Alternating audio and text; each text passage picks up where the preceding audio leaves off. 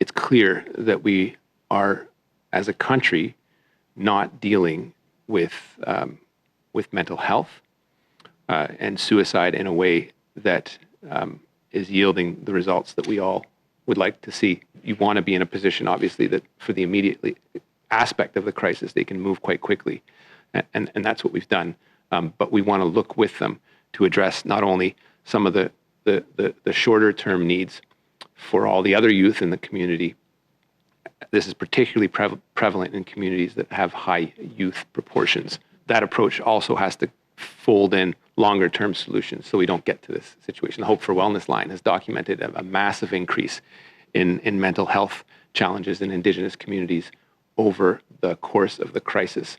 And I've said many times, and I continue to believe it, that we haven't fully measured the impact of COVID on a hidden mental health crisis, which includes problematic substance use, which includes iteration and suicide, but everything on the spectrum that falls a little short of those. The budget put a significant number into mental health. We recognize that it is a challenge. It is a challenge that we have to face as a federal government, Indigenous governments, as well as provincial governments. Are there enough resources in communities to address mental health in a culturally relevant way? I don't think I can tell you that. I don't believe that to be the case. You can't do good public policy by crisis. This is a particularly difficult moment for the community, and we'll be there for them.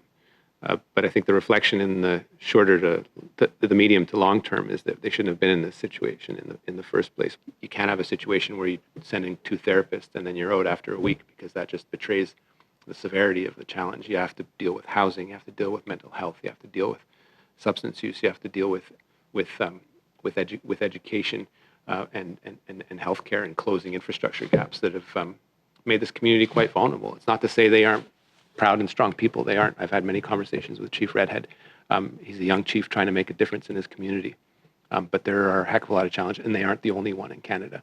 I think it starts by us realizing as a government that these problems exist in a country such as ours. I think oftentimes we hide from it, but we've made a commitment as a government to support them. That'll take partnership with the provincial governments as well, and anything that deals with health transformation and wellness.